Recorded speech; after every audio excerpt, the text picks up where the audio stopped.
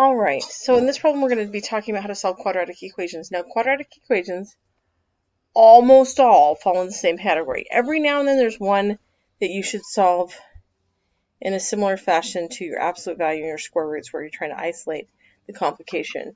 But in this, where we have multiple x's and y's and we don't have a quantity squared, because whenever you have a quantity squared or a quantity cubed, what I mean by that is, blah, blah, blah, mess, blah, then you would isolate the complication. But since we have got just this, we're going to get it equal to 0. And to do that, we're going to move everything to one side. And it doesn't matter whether it's left or right. I tend to almost always go left. It's just easier, so I'll go ahead and move the 8x, and it will join 12x over here. I'll move the x squared term, and it will join the x squared term over here. Notice that I am using inverse operations. Now, this 5 is going to move too.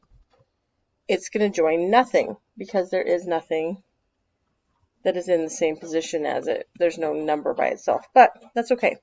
8x squared minus 7x is x squared. Negative 12x plus 8x is negative 4x. And nothing minus 5 is negative 5. And now it's equal to 0. So once it's equal to 0, I have 3 options. Option 1 is to factor.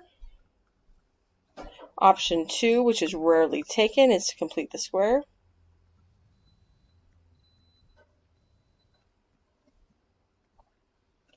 And option 3 is a quadratic formula. So option 1 is my preferred option. It's my go-to. It's the first one I try every single time. Option 3 is my second option. Personally, it's the one I do next. I only complete the square when I'm demonstrating to somebody else how to do a problem, or if I'm doing something else. So there's sometimes when it's appropriate to complete the square. Like if I wanted to put this into vertex form, I would definitely complete the square then. But if I'm just trying to solve, then I'm going to do factoring or quadratic formula personally. You can do whatever you want.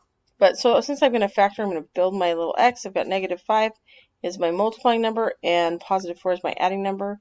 Your multiplying number is the first number times the last number, and the adding number, the adding number, I really messed that one up.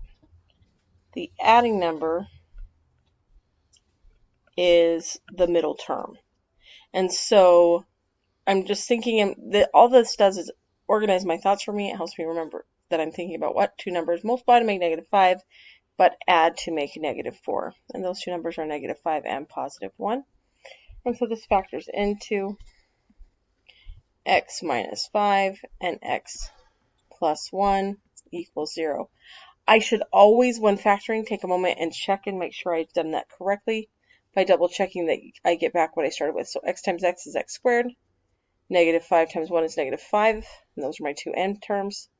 And then my middle, I'm going to have negative 5x plus 1x, which will make negative 4. And so I'm just double checking. I didn't actually write any of that down. I'm just kind of thinking that through so that I know that I am right. Once I know that I am right, I continue and set each term equal to 0, because the product property says that if I multiplied two things together and got 0, one of them had to be 0. And so x equals 5, or x equals negative 1, and I am now finished. And that's factoring. And of course, it's my favorite because it's fast, it's simple, and when it works, it's great. The only problem with factoring as a method is it doesn't always work. And every now and then problems are a little bit more complicated, and so factoring can be pretty tricky. It's really nice when the leading coefficient is 1 to factor if it works. But when factoring doesn't work, like it won't work in this problem, then I'm going to choose to do another method. So I'm going to start by adding 6x squared to both sides so that it's equal to 0. And I have 2x squared plus 3x minus 17 equals 0. So again, my first step always is to get it equal to 0. And I'm going to try to factor. So I've got 2 times 17, which is 34, and it's negative 34. And then I have 3 down here, and 34 is 2 times 17, and 1 times 34, and those are only two ways to make 34, and neither of those will combine to make 3 when adding. And so this is not factorable, which is too bad, and that leaves me with either method 2 or 3. When there's a leading coefficient, I definitely don't like to complete the square. I can, I don't like it. So I would do the quadratic formula, which, if you recall, came out of completing the square with letters. So it is actually completing the square, just already simplified for you. The quadratic formula is negative b plus or minus the square root of b squared minus 4ac all over 2a. Notice a couple of things. As I've watched students doing this in the last little bit, I've noticed a lot of strange mistakes and sloppiness using the quadratic formula. So it's the fraction bar goes under the whole thing. The square root goes across the whole thing. This is a minus sign, not a plus sign. That's a negative, and so it helps to then identify a, b, and c. A is 2, b is 3, c is negative 17. And I have x is equal to, let's change colors here. X is equal to negative b, 3 plus or minus the square root of 3 squared minus 4 times 2 times negative 17 all over 2 times 2. And so, going forward, x equals negative 3 plus or minus the square root of, and I tend to manipulate this in specific ways. 2 times 2 is 4. My square root doing this number first, 9. 2 times 4 times 2 is 8. 8 times 17. We grab a calculator for that one.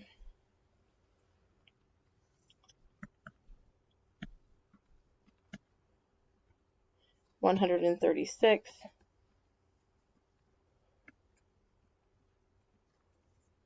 And then looking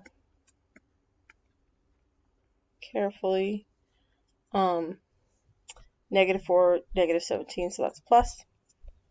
So plus 9 equals 145.